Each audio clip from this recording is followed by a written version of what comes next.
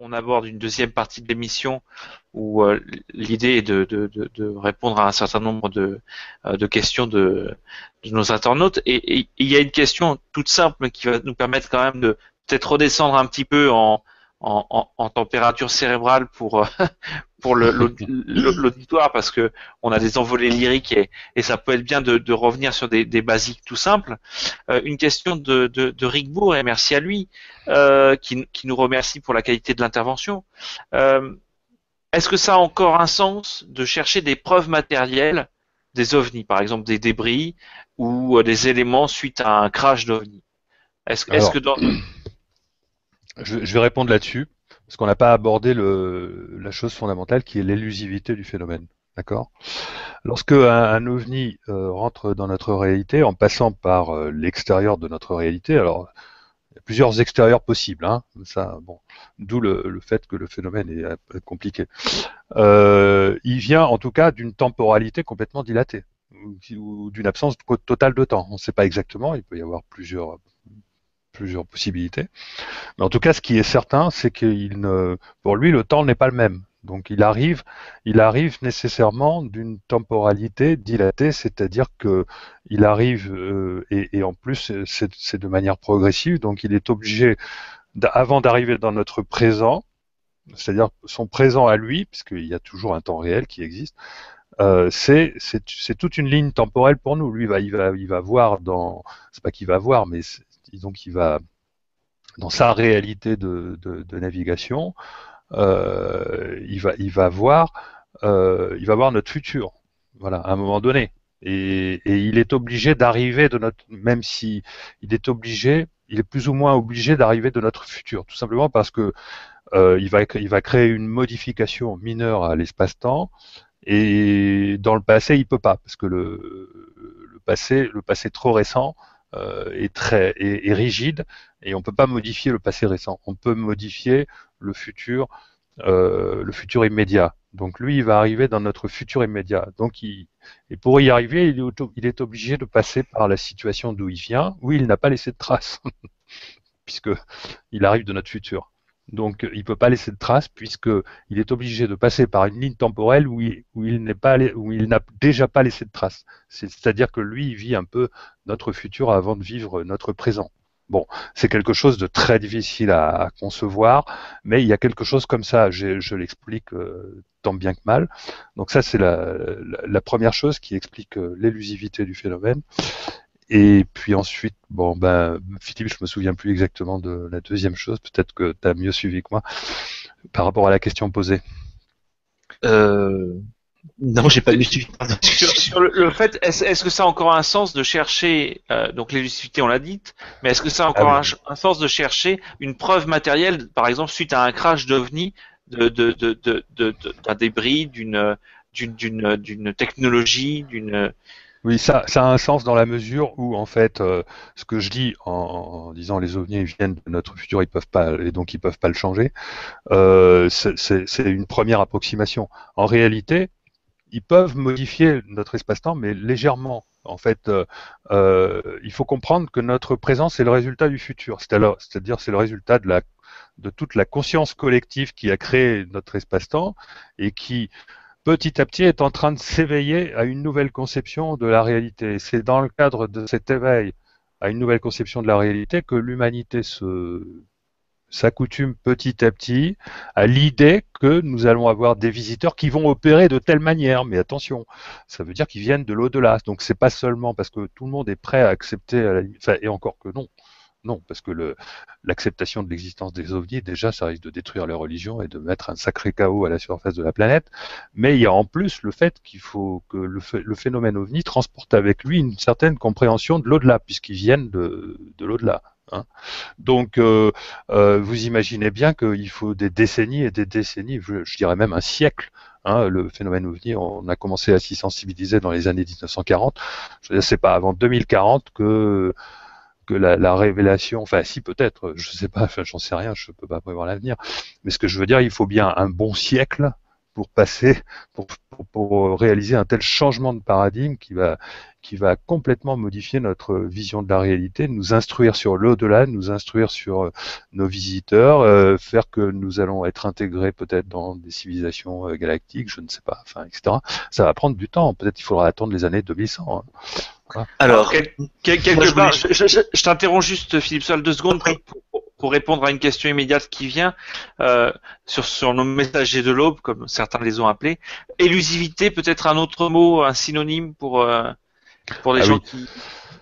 Résistance du futur. Résistance du futur à la création d'un nouveau futur. On peut créer de nouveaux futurs si ça ne bouleverse pas totalement le futur, c'est-à-dire la mécanique de l'espace-temps, mais on peut pas créer comme ça à l'occasion d'un événement, de la découverte d'une trace, une situation qui va faire basculer notre espace-temps dans un futur immédiat. C'est la dynamique de l'espace-temps doit être respectée, ça prend un certain temps. Il y a une constante de temps. J'expérimente même des choses à ce niveau-là et j'ai déjà la confirmation qu'il y a une constante de temps. On peut pas faire n'importe quoi. Il faut notre futur est une construction collective et il faut que une masse critique, on va dire, de personnes s'éveille afin de tracer. Il faut d'abord tracer en conscience le futur vers lequel on va, qui va pouvoir faire en sorte que ça y est, on va trouver les traces, ça y est, on va voilà. Moi, je voulais réfléchir. Un changement de ligne temporelle, en fait. Hein. Voilà, un changement de ligne temporelle. Il faut toujours raisonner en se disant qu'on est tiré par notre futur. C'est Nietzsche qui disait ça. Il l'a dit une fois, il l'a répété une deuxième fois, c'est tout, mais il l'a dit. On est tiré par notre futur autant, si ce n'est plus, que poussé par notre passé. Et je voulais juste rajouter que le terme d'élusivité, hein, c'est Bertrand Meilleux en particulier, hein, qui a forgé toute une réflexion en parlant de l'élusivité du phénomène qui a des positions ostentatoires, qui se montrent et se cachent et fuient. Donc cette apparente contradiction entre le fait de se montrer puis de se cacher, de jouer parfois à cache-cache, qui constitue toujours une des énigmes les plus profondes, hein, de ce phénomène, fait partie de ce que lui, Bertrand Meilleux, a appelé l'élusivité. Donc voilà, c'est une des caractéristiques aussi très intrigantes. Et moi, je voulais juste revenir sur les caractères général du phénomène tel qu'on peut essayer de les déduire de cette histoire à peu près 70 ans maintenant, hein, comme le rappelait Philippe justement, et dire que ce qu'il y a d'intéressant pour moi en tant que chercheur, moi je refuse pas le nom d'ufologue, hein. Je sais que si un ufologue c'est quelqu'un qui s'intéresse aux ovnis, tu es un ufologue. Je sais qu'il y a certains contributeurs que je connais qui n'aiment pas ce terme, bon voilà. Et ce que je voulais dire, c'est que en dehors du rôle central de la conscience, hein, ça a été dit, ce qui m'intéresse beaucoup dans le concept d'information, c'est le fait que l'information, c'est un concept qui est très abstrait. Tout est information. Hier, je faisais la queue là dans un magasin. La caissière passait des articles que j'avais achetés. Elle est passée à travers un code barre. Le barre, c'est de l'information. Je me suis dit, il y a une équivalence. Enfin, c'est tout bête, hein, mais l'information, qu'est-ce que c'est que cette information? Est-ce qu'on peut y avoir accès? Est-ce qu'on a affaire à des algorithmes de type informatique qui seraient en interaction avec la conscience et qui produiraient la réalité phénoménale? Est-ce qu'on a affaire à des structures mathématiques?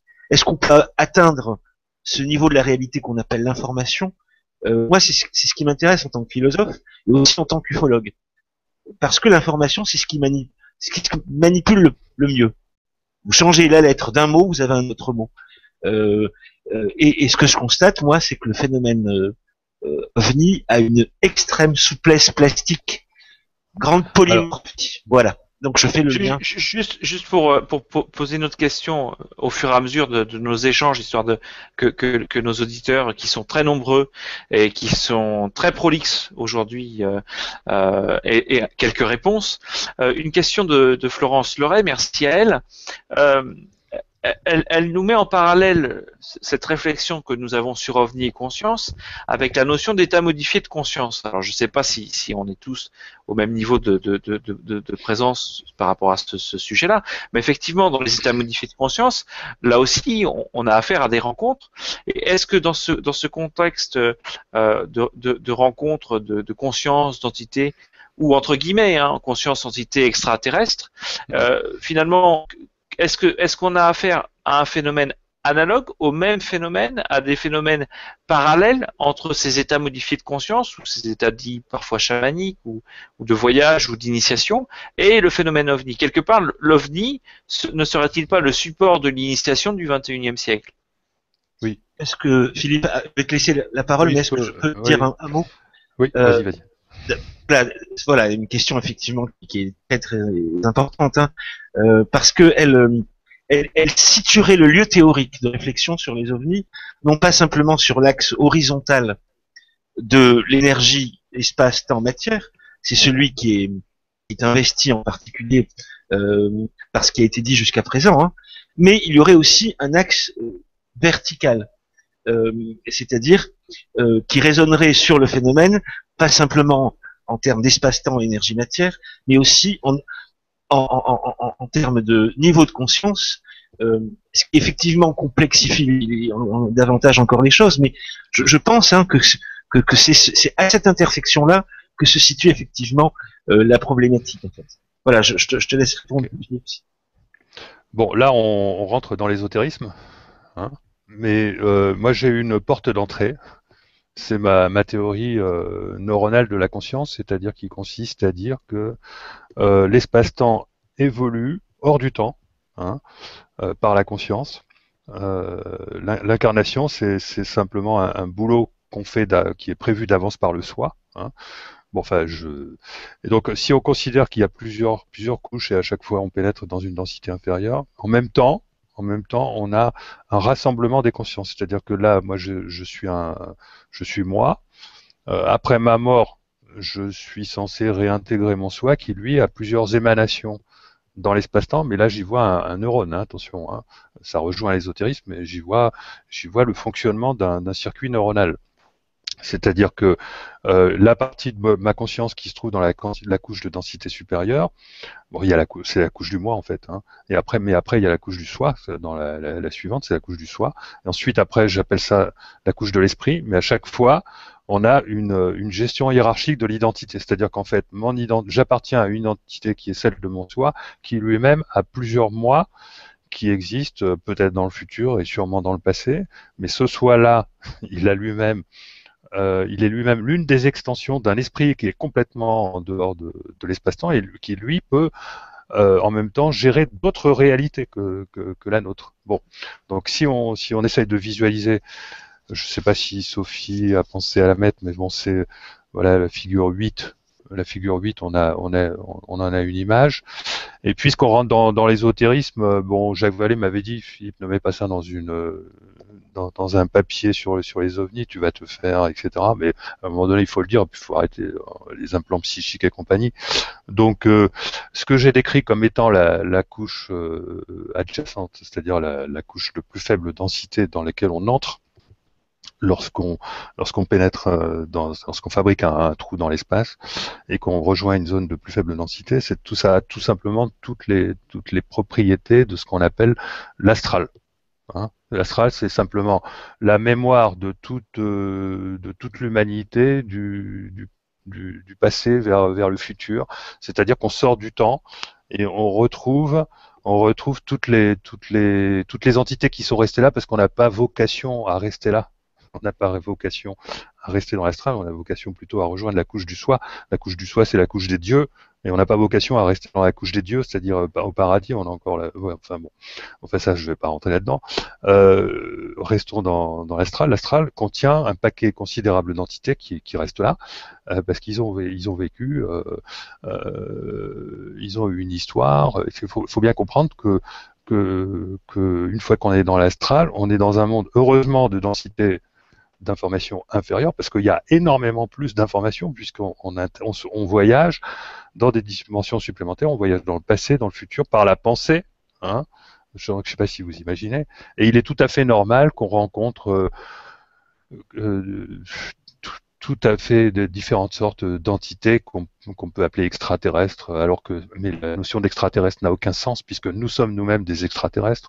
En fait, ça ne veut rien dire puisque nous ne sommes pas notre corporalité, nous ne sommes pas notre corps, nous sommes des consciences qui ont leur identité sur différents niveaux de conscience et qui adoptent différentes formes au fur et à mesure de leur transit après la mort, etc., durant leur voyage. Enfin bon, c'est énorme, d'où la diversité considérable des manifestations du phénomène, parce qu'il peut y avoir l'équivalent du tôle et boulon traditionnel qui consiste à dire que nos visiteurs viennent effectivement d'autres systèmes stellaires et ils viennent nous voir en passant par un trou de verre, ça revient à dire ils passent par l'astral.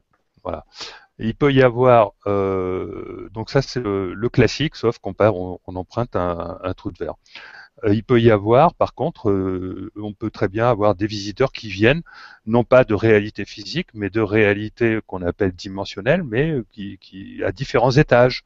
Et donc, suivant l'étage duquel vient l'entité, ça va prendre des manifestations complètement différentes. Ça peut aller des boules de lumière, si l'étage est élevé, j'imagine que ça doit correspondre à ça, jusqu'aux manifestations les plus étranges, et où là, effectivement, on a réellement quelque chose qui ressemble à un phénomène extraterrestre, mais et on a aussi un phénomène qui est protéiforme, qui est capable de changer de forme, et c'est normal vu que dans l'astral, on change de forme. On peut changer de forme. Pourquoi on peut changer de forme dans l'astral? Parce qu'on récupère une identité multiple. On récupère d'autres morceaux d'identité qui appartiennent à et on peut et tout se poste, tout se produit, tout est géré par la conscience et donc on peut changer de forme. On peut adopter les formes qu'on a déjà eues, mais même si c'est pas nous, mais c'est notre. Enfin bon, là je suis en train de me perdre, mais disons qu'il y a une richesse considérable explicative à partir du moment où on travaille dans un espace-temps à plusieurs couches et que les origines de nos visiteurs peuvent être extrêmement diverses suivant l'étage d'où ils proviennent. Voilà. Et moi, je rajouterais que c'est grâce à ce changement de paradigme, tant qu'on raisonnait en physique de l'énergie-matière, qui est la physique qu'on enseigne, qui n'est pas fausse, hein, bien sûr, hein, mais qui est insuffisante. Eh bien, moi, j'avais régulièrement des scientifiques, hein, qui me disaient le phénomène ovni tel qu'il est rapporté est scientifiquement scandaleux, parce qu'il est en contradiction dans les observations qui sont faites avec ce qu'on sait de la physique et des lois de la matière. Alors là, je m'inscris. Il faut plus maintenant, parce qu'il y a non, mais juste sorte. Non, mais un truc que j'ai oublié, c'est de parler de ce qu'on appelle le warp drive. Mais bon, parce que la NASA s'y intéresse depuis pas longtemps. C'est une technologie qui a été conçue à la fin des années 90 ou début 2000 par un certain Alcubierre, je crois. Et donc on sort pas de l'espace-temps, mais on utilise la possibilité de distordre l'espace-temps pour manœuvrer dans l'espace-temps. C'est-à-dire que là, on est dans notre densité, on est dans le même temps, on est dans notre temps, et les ovnis utilisent ça. Mais on crée, donc ça c'est les diapositives 5 et 6, on crée une compression de l'espace à l'avant et une dilatation de l'espace à l'arrière. C'est une solution mathématique, c'est mathématiquement plausible, d'accord, par rapport à la relativité. Et il y a à l'heure actuelle des ingénieurs de la NASA qui travaillent, bon, mais évidemment c'est encore embryonnaire, mais qui travaillent sur le concept. Hein.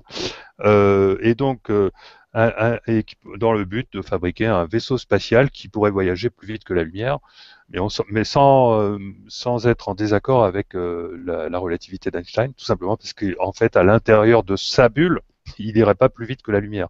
Et alors, ce qui se passe, c'est que lorsqu'on est dans un vaisseau comme ça, eh bien, on ne subit absolument aucune accélération, même si de l'extérieur, on a affaire à des accélérations terribles.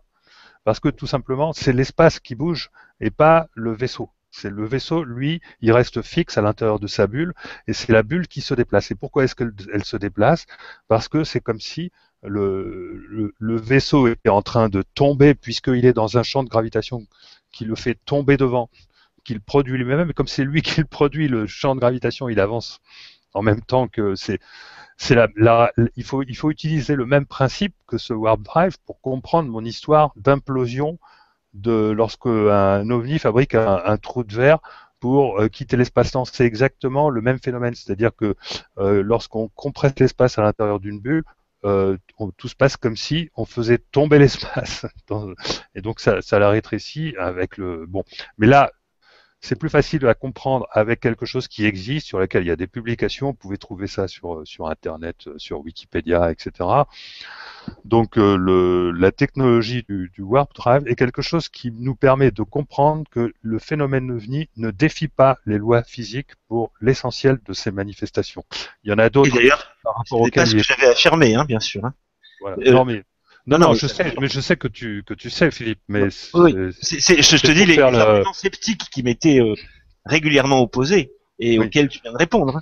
Moi, j'ai jamais affirmé que c'est un argument qui ressort souvent, mais il faut savoir que cet argument ne tient plus. Voilà. Bon, bien sûr, on fait de l'anticipation. Hein.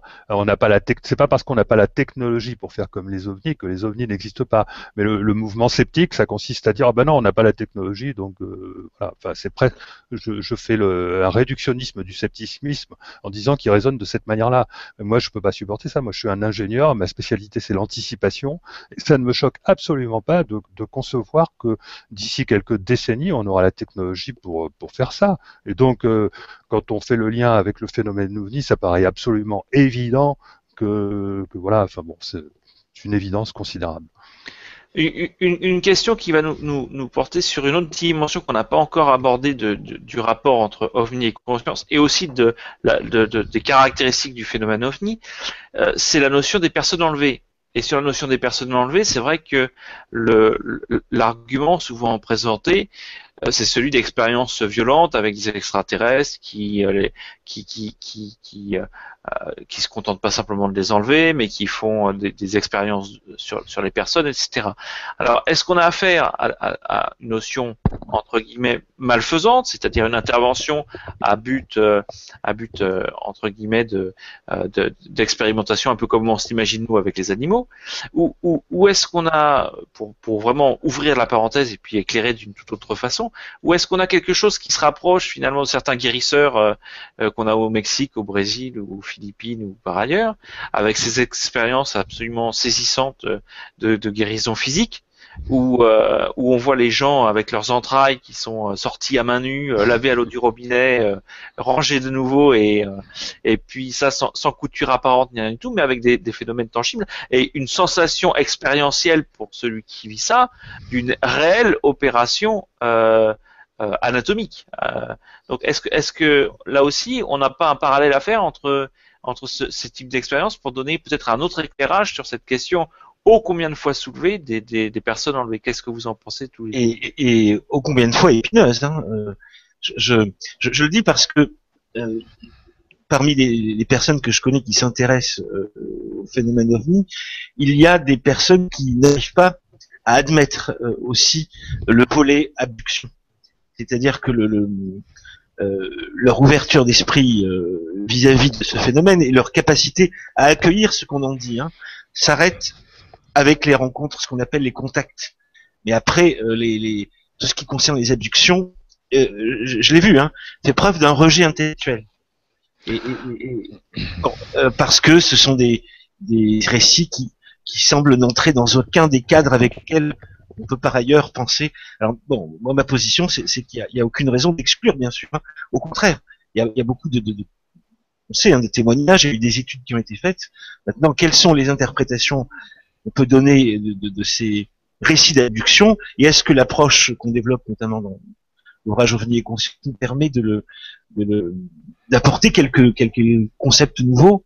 Alors moi je voudrais dire que les objections, les analyses que développées par Jacques Vallée sur les récits d'abduction, notamment qui présentent des situations de prélèvement de matériel génétique, d'ovules, moi je suis en accord, enfin j'adhère à ce que dit Jacques Vallée, à savoir que par rapport à ce qu'on peut penser d'une civilisation très avancée technologiquement, ce qui nous est raconté paraît complètement en désynchronisation, paraît absurde. Et on peut conjecturer qu'une civilisation très avancée n'ait pas besoin de passer par les examens tels qu'ils sont décrits. Alors évidemment, si on suit cette ligne, on est amené à dire qu'il s'agit là d'un simulacre. Il y a une mise en scène. C'est une hypothèse, hein, bien entendu. Hein. Et si mise en scène il y a, quelle en est la signification? Après, tu veux intervenir, Philippe? Après, oui. Je te laisse intervenir. Moi, je suis pas un spécialiste du tout des abductions, mais j'ai une idée sur la question qui me séduit. Moi, je pense qu'on a affaire à des membres de notre famille. C'est-à-dire qu'en fait, on a plus de proximité avec les entités qu'on appelle extraterrestres qu'avec nos propres enfants, parents, etc. D'accord ?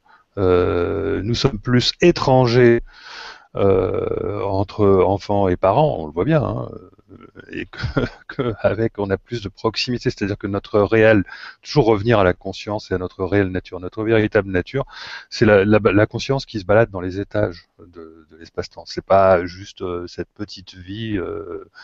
Et donc on a une famille, on a des copains, on a des gens avec qui on a des affinités. Et avant de dire on rentre dans cette aventure de rentrer dans le XXe siècle à telle époque pour faire tel job, etc., ou pour apprendre tel truc, tout ça c'est plus ou moins prévu d'avance et on a des gens qui nous aiment bien, qui nous disent fais attention ou mais alors attention, mais là si jamais tu merdouilles, on va se donner rendez-vous à un moment donné, on va te faire ça pour voir si tout va bien, etc., etc. Enfin, moi j'ai plutôt l'impression que c'est quelque chose qui est prévu depuis avant la naissance, ou pas forcément prévu depuis avant la naissance, mais bon, parce que notre vie n'est pas fixe, elle n'est pas prévue depuis notre naissance jusqu'à notre mort, avant notre naissance. Elle l'est, autant réalité, mais quand nous vivons, notre futur il évolue, parce qu'en fait on peut pas prévoir, c'est une création collective. Et donc le scénario qu'on a prévu avant de s'incarner, mais il n'y a pas d'incarnation, attention, c'est le soi qui décide de faire naître un nouveau moi. Bon, mais cela dit, je n'élimine pas la théorie de la réincarnation, parce qu'il est possible que le moi ne rejoigne pas le soi, et dans ce cas-là, peut-être qu'il se réincarne si on veut. Moi, c'est pas ma faveur, mais on peut l'envisager. Mais je pense plutôt que on a des âmes. Les âmes sont composées de ce que j'appelle un moi et un soi qui font partie de l'étage supérieur et l'étage encore au-dessus, c'est-à-dire les densités inférieures. Faire attention, j'ai vu que une question posée faisait la confusion. C'est pas parce qu'on passe dans une densité inférieure qu'elle est inférieure. Non, elle est supérieure sur le plan évolutif. Les densités, ce sont des densités d'information. Elles sont effectivement inférieures, mais elles sont supérieures sur le plan de la conscience, de l'évolution de la conscience. D'accord ? Et donc, c'est la question d'Isis. Merci à Isis pour avoir posé cette question. C'était ça. Et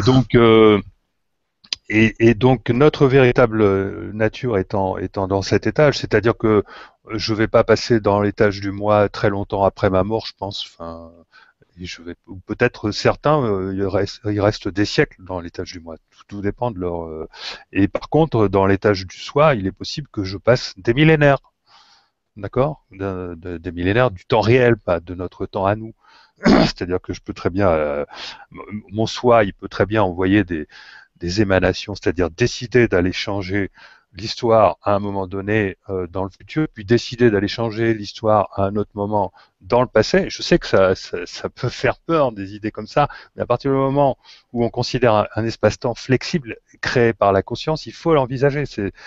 Disons que moi, c'est à partir du moment où je me suis j'ai accepté de parler de ça, je me suis libéré de ça, que je me suis permis de penser des choses nouvelles, et je vous assure que ça permet de mettre plein d'huile dans les rouages, et on voit les maillons, etc. Et on comprend beaucoup mieux non seulement la physique, mais aussi les traditions anciennes, ésotériques, les traditions des sages, le problème des religions, comment les religions sont arrivées sur Terre, etc. On comprend presque tout avec cette manière de considérer les choses. Et donc notre véritable nature étant dans ces étages de la conscience, il est évident que les personnes avec qui on est amis ou on est dans la même famille, c'est-à-dire on a le même esprit, par exemple, ils s'intéressent à notre incarnation sur Terre, si eux ils sont restés de l'autre côté. Et donc s'il y a des petites interventions à faire, Ben, ça peut très bien se faire via les abductions. Moi, c'est comme ça que je le vois, hein, en tout cas. Moi, je ne Philippe partage Guillemot, pas- Philippe Solal, je je partage vous interromps 2 secondes. partage pas cette analyse. Je pense qu'il y a mais je la respecte, hein, mais je la partage pas. Je pense qu'il y a un aspect très manipulateur, et y compris et surtout dans ces phénomènes d'abduction. Je pense qu'il y a de la manipulation. Pourquoi? J'ai pas la réponse, hein, mais Philippe Guillemot, Philippe Solal, juste pour essayer de changer un peu les règles du jeu. On a tellement de questions ce soir que on va être obligé pour essayer de satisfaire un peu tout le monde de faire un jeu du tac au tac. Donc ce que je vais faire, c'est que je vais vous rythmer un peu plus les échanges par rapport aux questions.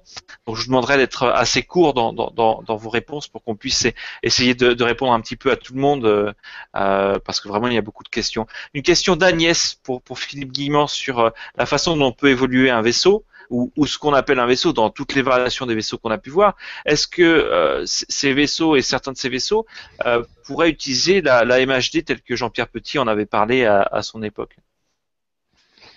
Non, la MHD, c'est une très bonne idée, mais ça ne modifie pas le champ gravitationnel. C'est une très bonne idée pour se déplacer très rapidement dans l'air tout en restant dans le même champ gravitationnel. Mais je pense pas que ce soit la bonne technique.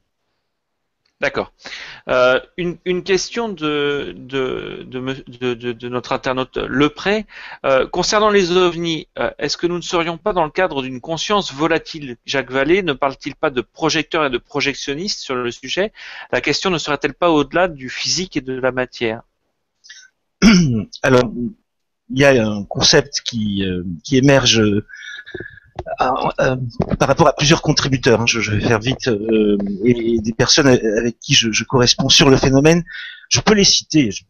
Je pense à Nicolas Dumont, qui est psychologue de l'INRES, qui a forgé l'image de la bande de Moebius pour essayer de penser, non pas de manière séparée et opposée, ce qu'on appelle traditionnellement la conscience et la matière, mais dans leur entité. Je pense à Claude Lava, l'ingénieur Claude Lava, qui propose de penser l'interaction, ou plutôt la connexion, la continuité, je dirais, hein, entre la conscience et la matière, comme nous pensons l'espace-temps. C'est-à-dire essayer de transcender l'opposition. Éric Zürcher parle d'hallucination objective. Alors c'est vrai que l'expression peut prêter à confusion, hein, mais il y a chez certains chercheurs, hein, un effort pour essayer de dépasser l'opposition qu'on nous apprend, je veux dire, dès l'enfance, entre l'intérieur et l'extérieur, entre un monde extérieur qui ne serait pas moi, et puis mon monde intérieur. Cette opposition entre l'intérieur et l'extérieur, entre mon psychisme et ce qu'il y a dehors, entre le dedans et le dehors, quoi, semble s'effacer quand on étudie le phénomène ovni. Alors je sais que ce que je dis là peut paraître très abscon, mais il y a cette idée que le phénomène dépasse l'opposition entre l'intérieur et l'extérieur. Je ne peux pas en dire plus là. J'ai un embryon d'explication pour ça. Pas une explication totale, mais une piste. Ça consiste à dire que l'OVNI dans sa bulle, enfin, le phénomène dans sa bulle d'espace-temps qui est pas complètement à l'intérieur et pas complètement à l'extérieur, il est dans une situation intermédiaire, dans une certaine dilatation du temps, d'accord.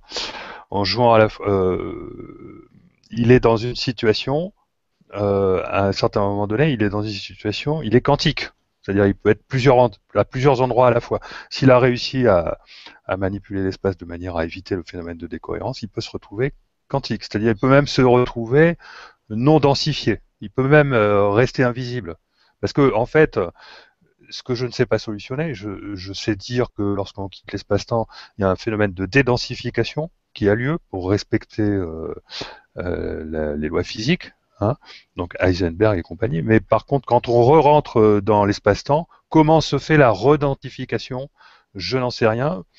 J'ai des pistes, et parmi ces pistes, c'est exactement comme la réduction d'état en mécanique quantique, c'est-à-dire que c'est l'observateur de l'OVNI qui va l'aider à se densifier. C'est-à-dire c'est l'observation de l'OVNI qui va obliger l'OVNI à adopter un certain état, une certaine position, une certaine forme, etc. Donc l'interaction entre l'OVNI et l'observateur ne se justifie pas seulement à cause de la dilatation du temps et du fait qu'il a pris sur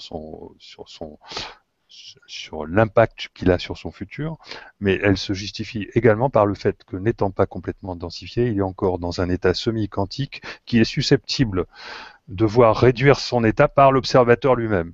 Et il y a des témoins, j'ai lu ça quelque part, je crois que Zürcher m'en a parlé, mais aussi moi j'ai des amis qui m'en ont parlé, qui ont l'impression d'interagir avec ce phénomène à tel point ils ont même la sensation incroyable, inconcevable, qu'ils interviennent, ils donnent des ordres à l'OVNI lui-même. Enfin bon, c'est pas des ordres, c'est probablement le fait que la conscience de l'observateur joue sur la réduction d'état et l'aide peut-être même à se densifier. J'en sais rien, c'est spéculatif, attention, mais je pense que c'est une bonne piste.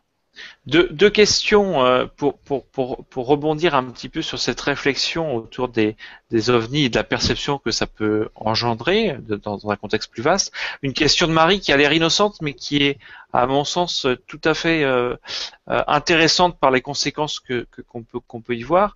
Pourquoi certaines personnes voient des ovnis et d'autres pas, à mettre en rapport sans doute avec une question de Tom qui nous a posé cette question plus ou moins 2 fois, et je le comprends, parce qu'elle est tout à fait intéressante. Selon Paul Hellyer, qui est l'ex-ministre de la Défense canadien, il existe entre 2 et 12 espèces d'extraterrestres connues, certains qui sont déjà parmi nous sous l'apparence humaine ou plus ou moins humaine, par exemple l'histoire des Humo en Espagne. Quel est l'intérêt de nos dirigeants de nous cacher cette réalité et de nous faire passer ceux qui nous en parlent pour des rigolos? Est-ce que on n'aurait pas intérêt ou ne serait-il pas judicieux de dédiaboliser ce sujet tabou pour que la conscience humaine puisse commencer à évoluer?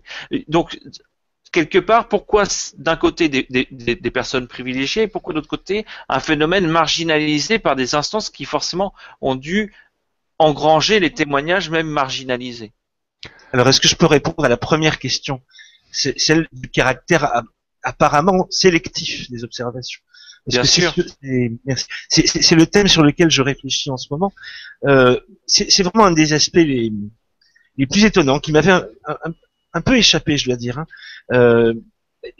Ce caractère là aussi profondément mystérieux qui consiste à avoir des cas où vous avez un témoin qui observe un ovni, parfois qui observe des entités, des humanoïdes par exemple, et autour de lui, vous avez des personnes qui ne le voient pas.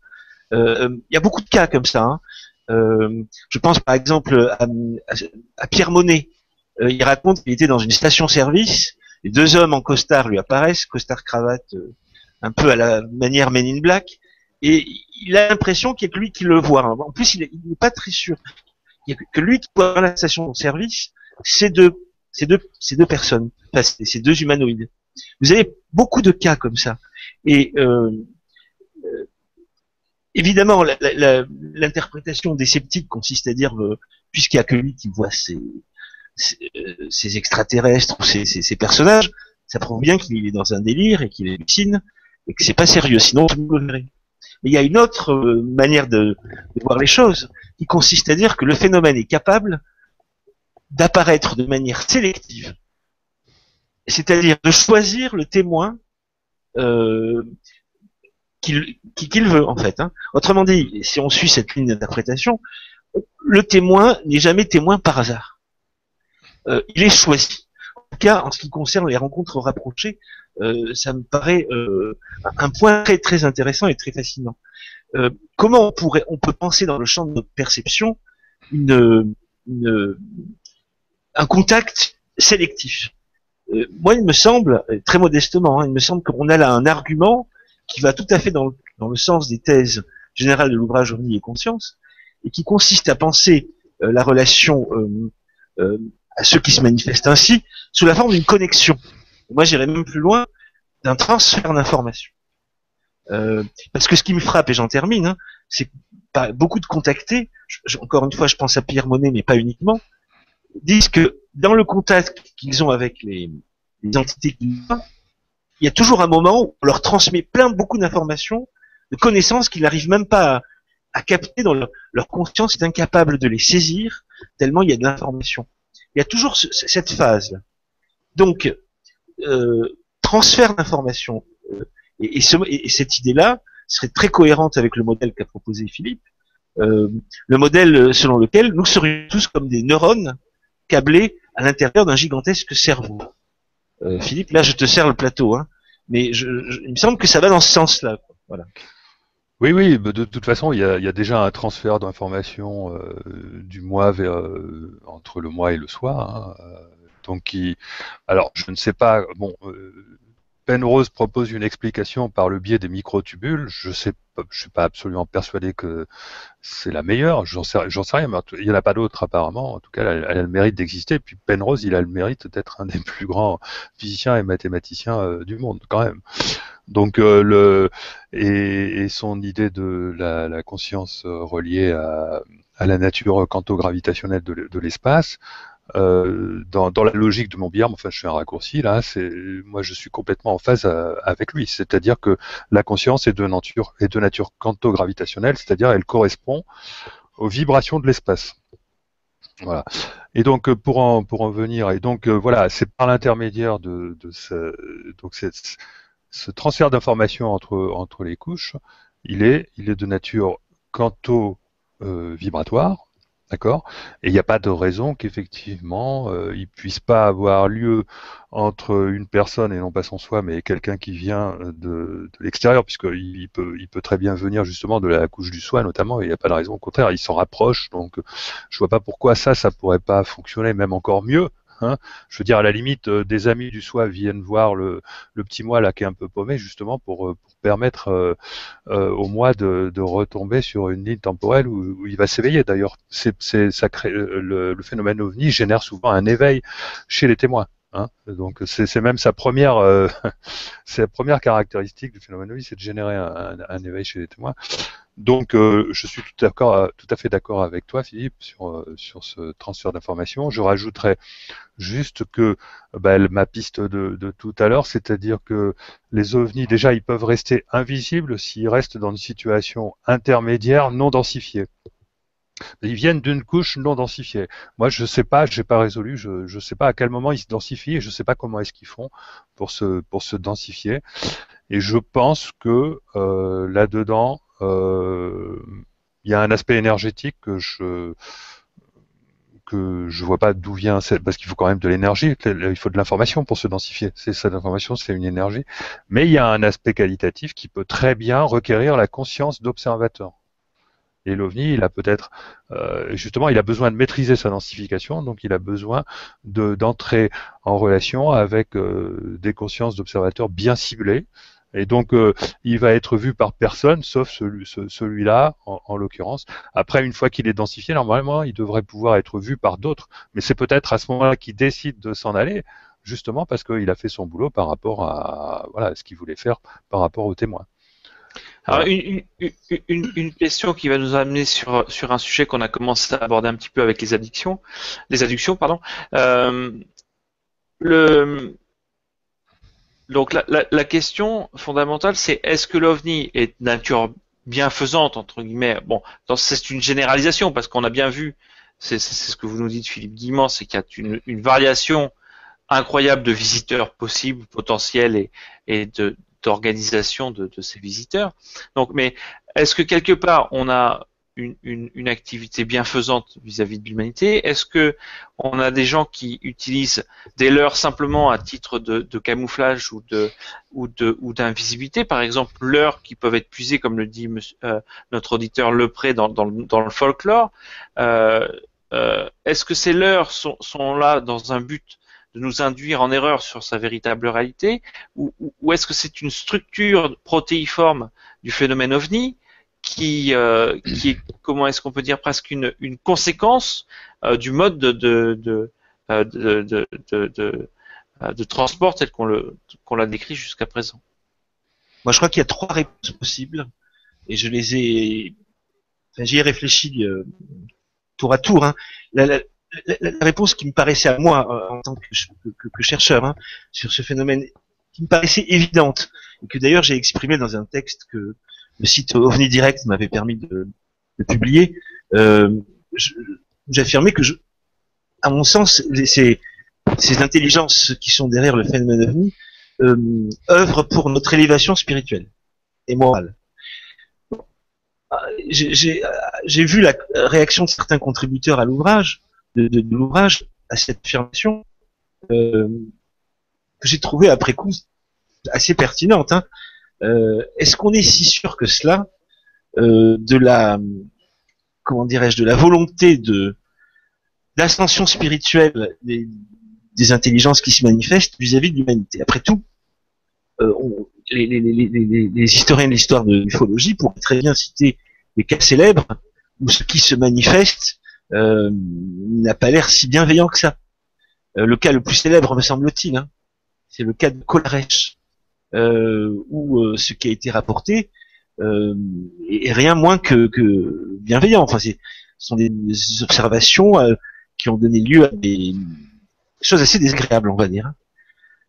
Donc, la seconde et la troisième hypothèse consiste à dire, la seconde consiste à dire que ce phénomène n'est pas toujours bienveillant et que ce qui pourrait montrer qu'il ne l'est pas tant que ça, c'est qu'il s'amuse à nous tromper tout le temps. Et il y a une troisième hypothèse qu'il ne faut pas oublier, qui est celle d'un des contributeurs, qui consiste à dire que peut-être que le phénomène est par-delà le bien et le mal. C'est-à-dire que ce serait tout à fait illusoire de le penser en termes de bénéfique ou maléfique. Il serait peut-être par-delà le bien et le mal. Voilà, donc j'avoue ne pas pouvoir moi trancher. Oui, enfin, je vais donner ma petite idée là-dessus. Je pense que le phénomène peut être, s'il est mal compris comme étant très négatif, maléfique, manipulateur, etc. Et on n'est pas en bonne position pour bien comprendre. Voilà, par exemple, regardons comment on traite les animaux. D'accord ? On trouve normal de traiter les animaux comme on les traite, c'est-à-dire de les manger, de leur piquer leur lait, de tuer le veau, enfin, etc., etc. On trouve normal de faire ça. D'accord ? Si je dis simplement ce qui est en haut et comme ce qui est en bas, il serait logique qu'on soit du bétail ou une sorte de culture. Il y a en nous quelque chose qui intéresse au niveau énergétique un certain type d'entité de l'autre côté, mais il faut pas en avoir peur. Faut pas en avoir peur. C'est normal, c'est la logique faut pas du tout en avoir peur, et d'autant plus qu'on est peut-être là justement pour aider l'humanité à aller dans une direction où, parce que on sera sage avec les densités supérieures, enfin avec les règnes moins évolués, les règnes plus évolués seront plus sages avec nous au niveau collectif. Et de toute façon, c'est pas gênant, même si on s'est incarné sur une planète qui peut faire horreur, c'est pas du tout ça. Il faut pas le concevoir comme ça. On n'a pas vocation. De toute façon, individuellement, on peut avoir des vocations à aller vers le bien ou vers le mal. C'est pas, il y a pas, on peut avoir un futur extrêmement différent selon les individus. On regarde quand on regarde le phénomène des expériences de mort imminente, la grande majorité des témoins, bon, bien sûr, c'est eux qui vont témoigner plus facilement, parlent de quelque chose voilà, de l'amour inconditionnel, etc., de quelque chose de superbe. Bon, il y a seulement une petite partie des témoins qui parlent de quelque chose de terrible. Je pense que le phénomène OVNI, c'est à peu près la même chose. Suivant la trajectoire qu'on a, de la vie qu'on mène, et quelle que soit la nature de ce qui se passe sur la Terre, hein, ça peut très bien être une prison, ça peut être une expérience, ça peut être je ne sais quoi. Individuellement, on peut très bien avoir un avenir radieux, tout comme on peut avoir un avenir au contraire. Enfin, je parle dans l'au-delà, pas joli en fonction de ce qu'on a fait sur Terre. Voilà. Donc, faut pas avoir peur de. Il n'y a pas de notion de bien, dans ce sens-là, il n'y a pas de notion de bien et de mal. une question de notre spectateur Morisson, et merci à lui. Que pensez-vous du phénomène OVNI comme un système de contrôle dans la perspective de Vallée, ou un système d'apprentissage, par exemple, dans la perspective de Vaillant? Moi, je dirais les deux. Les deux. C'est-à-dire un système de. Il est tout à fait possible qu'il y ait différentes sortes d'entités. J'ai parlé de l'étage des dieux, par exemple. L'étage du soi, c'est l'étage des dieux. On n'a pas vocation à rester dans l'étage du soi, mais on peut y passer des millénaires. Mais on a fabriqué un paquet de dieux. Et ces dieux, ben, on leur a voué un culte et ils en profitent probablement. Et donc, ils ont peut-être. Allez voir le film Jupiter Ascending que personne n'a pas, que les gens n'ont pas bien compris parce que justement, il est bourré de trous de verre, il est bourré de notions de densité, il est bourré Franchement, les frères Wachowski, ils sont bons. Hein, ils sont de plus en plus mal compris parce qu'ils parlent de choses qui sont un peu trop en avance par rapport à la compréhension du public. Le précédent, c'était Cloud Atlas. Et il parlait des vies simultanées. Est-ce que les gens l'ont pris au sérieux? Non. Et là, Jupiter Ascending parle du fait des trous de verre dynamiques, des densités différentes, et du fait qu'on pourrait être une planète où on pourrait être du bétail finalement. Ce qui n'est pas gênant, ce qui c'est pas fondamentalement grave. Le sens de la vie, c'est plutôt de faire comme l'héroïne et de se retrouver sur Terre, même si elle est une superbe star de l'autre côté, à faire femme de ménage. Et ça, il faut comprendre le sens profond. Et ça a complètement échappé aux critiques. Hein. Et donc pour en revenir à la question de Jocelyn, il faut mettre, pour répondre, il faut mettre les choses dans ce contexte-là. C'est-à-dire, on est à la fois un système de contrôle et un système d'apprentissage parce que nous sommes exploités par des densités inférieures, c'est-à-dire supérieures sur le plan évolutif, et en même temps parce que des densités encore supérieures sont là pour justement nous aider à malgré tout faire aller la planète dans une direction qui n'est pas une direction de l'exploitation de l'homme par le surhomme. Hein. Voilà, mais nous, tant qu'on exploitera l'animal, il est normal que les dieux nous exploitent. Voilà. Donc moi, je vois les choses comme ça, et c'est pour répondre à la question de Jocelyn. Est-ce que je peux répondre à cette question aussi? Bien sûr, Philippe. Bien sûr, Philippe. Cela. Juste pour dire que je suis d'accord avec l'idée système de contrôle. Enfin, pour moi, incontestablement, mais un contrôle qui, à mon sens, nous met aussi face à notre liberté. C'est pas un système. Je veux dire par là que ce contrôle nous place face à nos responsabilités, à notre liberté. Et quand je vous dis ça, je pense par exemple à cet événement que moi j'interprète, je suis pas le seul d'ailleurs, comme un événement ufologique majeur, qui est les apparitions de Fatima. Alors, j'aurais pas le temps de le développer ici, hein, parce que je sais qu'il reste peu de temps, mais Fatima, comme le pensait d'ailleurs le contre-amiral Pinon, est pour moi une des plus importantes manifestations ufologiques de toute l'histoire. Je sais que je suis rejoint sur ce point par Daniel Robin, et on est face à une intelligence qui nous met face à nos responsabilités, qui, à mon avis, nous dit à un moment charnière, hein, entre deux guerres mondiales, que nous avons encore la possibilité de changer j'allais dire les lignes de vie de l'humanité, hein, si Philippe me permet cette métaphore. Mais voilà, en ce qui concerne le système d'apprentissage, je pense aussi qu'il y a cette dimension-là, mais de manière moins formelle que celle que Michael Vaillant, que je connais bien, le présente, et que Jacques Vallée aussi le présente. C'est-à-dire, il me semble difficile d'espérer repérer des dates, des périodes, et nous dire voilà, ce système d'apprentissage par boucle va prendre fin à telle date. Je ne sais pas si je suis clair dans ce que je dis, mais je veux dire par là que c'est pas aussi formel que ce qu'on peut-être on l'a cru ou conjecturé. Une question de Roatino et merci à lui.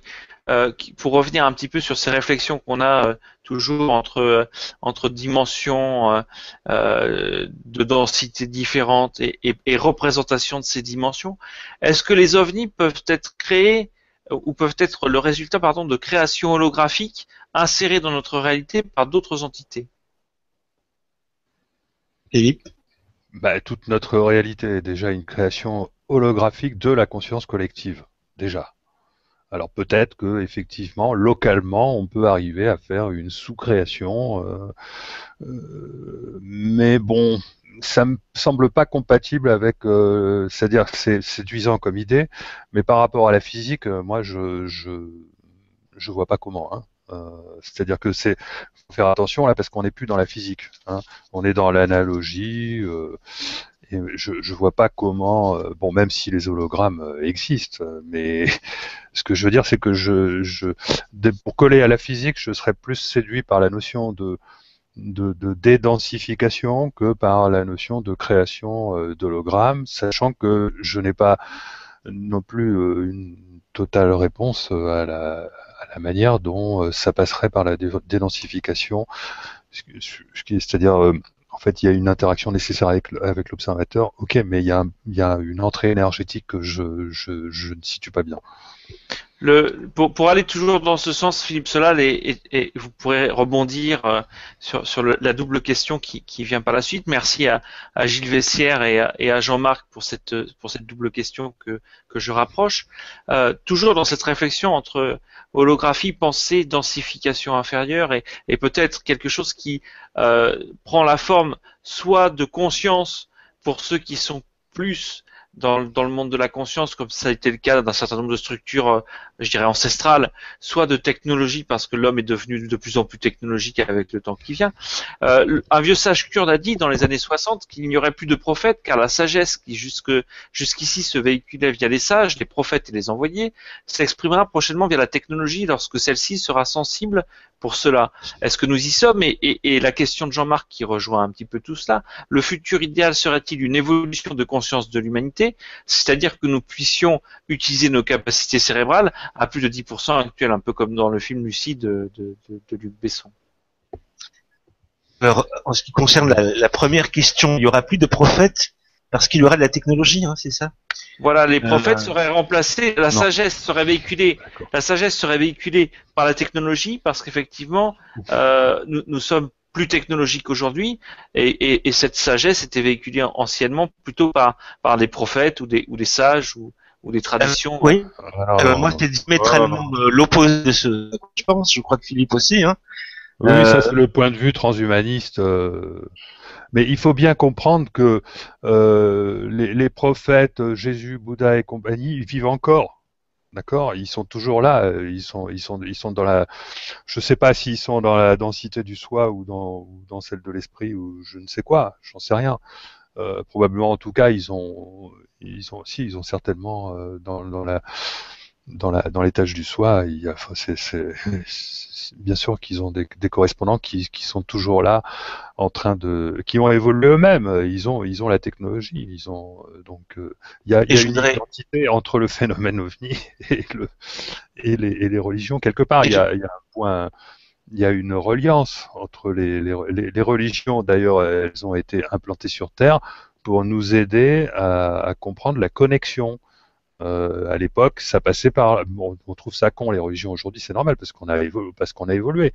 Mais à l'époque, c'était vachement important qu'on nous apprenne à aimer notre prochain, etc. On était presque encore des animaux. Aujourd'hui, ça paraît ridicule, mais aujourd'hui, c'est par l'intermédiaire du phénomène OVNI que se produit exactement la même chose. Et c'est pas nous qui allons maîtriser. C'est pas notre maîtrise de la technologie qui va nous rendre plus intelligents. Au contraire, ça va nous rendre plus cons. Et je suis en parfaite adhérence avec cette idée. Philippe, si tu me permets de t'interrompre, parce que c'est dans le prolongement de ce qui vient d'être dit et aussi de la question. Hein. Moi, mon ressenti, je dirais la sensibilité qui est la mienne à ce phénomène et en tout cas à certaines de ces manifestations, rejoint ce qui vient d'être dit par rapport à la technologie et à la sagesse. Hein. Lorsqu'on raconte que des ovnis font le tour d'un avion, puis ensuite le laisse sur place avec une accélération absolument incroyable. Lorsqu'on connaît des cas où il y a un véritable jeu de cache-cache, on a l'impression que l'OVNI nous nargue notre puissance technologique. Moi, je ressens le récit de ces cas, un message qui nous est adressé et que j'exprimerai moi en ces termes. Hein. Votre technologie, votre puissance technologique n'est rien par rapport à la puissance de l'esprit. Voilà comment je l'interprète. Voilà. Et je pense que ça prolonge ce qui vient d'être dit. C'est certainement pas dans la technologie qu'on va fonder une nouvelle sagesse, quoi. Oui. Oui, non, mais là, je te rejoins totalement, Philippe. Il faut parler de la notion d'esprit. Ça me semble très important. Parce que jusqu'à l'étage du soi, on est dans une réalité terrestre. D'accord? Parce que le soi, c'est la partie de nous-mêmes qui évolue durant toute l'évolution de l'humanité. Hein. Alors qu'au niveau de l'esprit, et là, on peut s'y trouver piégé. Et l'humanité, elle est, à mon avis, piégée par ce qui a créé les dieux, etc., etc., parce que elle va dans une direction. Enfin, moi, je mets en garde contre le transhumanisme. Le transhumanisme, ça nous amènera à devenir du bétail. D'accord? C'est la meilleure façon d'exploiter l'énergie émotionnelle humaine de manière comme on fait pour le lait, pour le bétail, etc. Voilà. Et donc on s'est incarné au XXe siècle pour modifier ça, pour faire aller pour que la Terre aille dans une nouvelle direction plus radieuse, où on va se débarrasser, où on va arrêter de mettre tout autour de nous en esclavage, que ce soit les animaux, les humains, etc. Et où, à ce moment-là, et d'où viennent les initiatives d'apprentissage pour nous aider à faire ça? Certainement pas de la couche du soi, hein, pas de 2 étages au-dessus, mais de 3 étages au-dessus, c'est-à-dire de l'étage de l'esprit. Et donc voilà, et je pense qu'on n'est pas loin de la fin. Il faut conclure là-dessus en faisant la différence entre, à mon avis, le soi et l'esprit. L'esprit, c'est quelque chose qui transcende toutes les réalités terrestres. Quand je parle de toutes les réalités terrestres, c'est au niveau de notre système solaire, de son passé, du passé au futur, hein, parce que à partir du moment où on est en dehors du temps, les Vénusiens et les Martiens, ils existent. Hein. C'est peut-être que les Terriens vont dans le futur conquérir la Terre et Vénus, ou que Vénus et Mars ont été habités dans le passé. On se fiche de savoir si ce sont des Terriens ou pas, ça n'a pas d'importance. On est tous pareils, on incarne des formes différentes, voilà. Et par contre, donc, il se trouve que dans le système solaire, il règne une situation au niveau de la Terre qui est pas jolie. Notre boulot, c'est de changer cette situation, et c'est grâce aux forces de l'esprit qu'on peut arriver à le faire. Voilà. Et ne pas confondre l'esprit et les dieux. Juste pour conclure, d'abord merci aux auditeurs de nous avoir suivis. Encore une fois, excusez-nous pour ne pas avoir posé toutes les questions. Je vais en poser une dernière quand même pour faire plaisir à un certain Olivier. Merci à lui pour cette question. Et ce sera le mot de la fin de nos intervenants. Merci à Philippe Guillemont, merci à Philippe Solal d'avoir participé à cette émission. Je sais que le temps est trop court pour une émission de cette envergure avec un sujet de ce type. Et merci vraiment aux équipes de Baglis TV et de Salamandre TV qui ont fait le possible pour relayer ces questions. Encore une fois, c'est vrai qu'on aurait aimé prolonger, mais bon, on peut qu'à faire plus. Juste pour conclure, Olivier nous disait que certains mystiques affirment depuis le XVIe siècle que tout est énergie. Aujourd'hui, on semble soutenir que tout est information. Donc, il nous propose de réfléchir sur l'opposition de ces deux termes, mais au-delà de ça, certains ont soutenu tout est matière, etc. Donc entre matière, énergie, pensée, information, esprit, quand on met tout est sur ces mots-là, on finit par trouver un petit peu les mêmes laïus, et on voit bien que ce sont des niveaux ou des strates qui n'ont rien à voir. L'esprit, on en parlait justement juste à l'instant avec Philippe Guimand, est quelque chose qui est, comment est-ce qu'on peut dire, hors de tous ces circuits matériels ou énergétiques connus. Oui. Et même peut-être hors d'un circuit informationnel finalement. L'information étant un véhicule de l'esprit. Oui. Enfin, en fait, l'information, c'est la base de tout. Et on peut identifier l'information en première à la conscience et à l'esprit. Hein. Ouais. C'est-à-dire que si on veut faire de la physique sur ces notions-là, il faut oublier le terme esprit et conscience, bien que petit à petit la conscience, les physiciens commencent à s'accoutumer à l'idée qu'il va falloir en parler. Mais l'information, c'est la marche d'escalier pour les physiciens. Même si c'est pas encore gagné, Philippe. Hein. Enfin, non, c'est pas gagné. Je te trouve très optimiste. Hein. Et que peut-être pour les métaphysiciens, il y a quelques autres marches d'escalier derrière. Absolument, Sûrement. absolument. Merci à vous deux, merci aux équipes Merci, de Baglis et de Salamandre TV, et merci à tous les auditeurs d'avoir suivi cette émission avec autant d'intérêt.